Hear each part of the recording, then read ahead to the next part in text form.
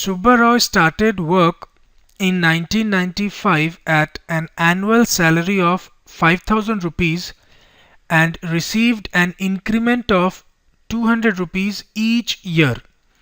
In which year did his income reach 7,000 rupees?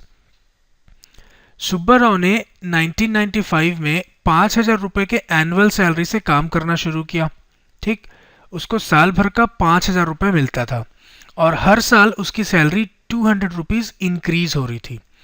आपसे यही पूछ रहे हैं कि कितने साल में उसकी सैलरी 5,000 रुपीज से इंक्रीज होते होते 7,000 रुपीज हो जाएगी। ठीक, आई होप क्वेश्चन आप समझ गए होंगे। Let us see the solution. Subba Rao's first salary will be 5,000 rupees. जो सेकेंड एनुअल सैलरी होगा वो कितना होगा? 5,200 रुपीज। क्यों? क्योंकि हर साल उसकी सैलरी 200 रुपीज इंक्रीज हो रही है। लाइकवाइज थर्ड एनुअल सैलरी क्या होगा? 5,400 रुपीज, क्योंकि अगेन 200 रुपए इंक्रीज होंगे साल भर बाद। लाइकवाइज वो इंक्रीज होते होते किसी साल 7,000 रुपीज हो जाएंगे। तो यही आपको बताना है कि एक्चुअली कितने साल में वो 7,000 रुपीज होगा। तो इस चीज को लिख लेते हैं। Thus, Subba Rao's salary for the consecutive years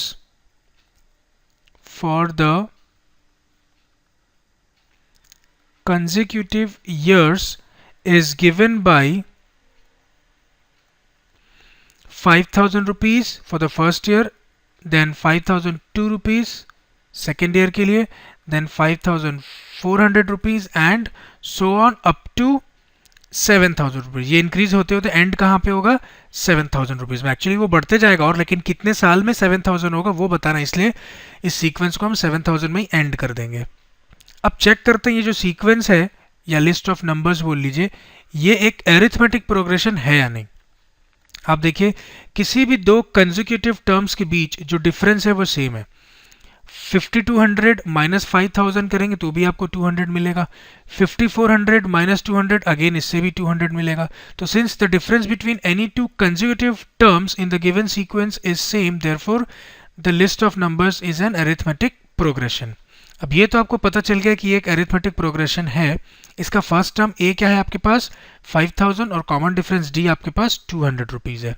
इस चीज को लिख लेते हैं। Hence, the given list of numbers is an arithmetic progression. List of numbers is an arithmetic progression with first term A as 5,000 rupees and common difference D as 200. और आपको find क्या करना है कि कितने साल बाद उसकी सैलरी 7,000 रुपीज होगी। अब आप एक चीज देखिए, ये उसके पहले साल की सैलरी है, ये उसके दूसरे साल की सैलरी है, ये तीसरे साल की सैलरी है। ठीक, इसका मतलब समझ रहे हैं, इसमें जितने टर्म्स होंगे इस एपी में उतने साल लगेंगे उसकी सैलरी को 7,000 रुपीज होने में। तो इनडायरेक्टली आपको यही फाइंड करना है कि इस एपी में कितने टर्म्स हैं। तो मैं एज्यूम कर लेता हूं कि इसमें n टर्म्स हैं और ये 7,000 जो है वो एपी का nth टर्म है और आपको इसी n की वैल्यू फाइंड करनी है। ठीक, so we have to find the nth year in which his income reaches to 7,000 rupees, that is an is equal to 7,000. Now we know that nth term of an AP is a plus n minus 1 into d. an आपके पास 7,000 है, किसी nth year में उसकी salary 7,000 होगी।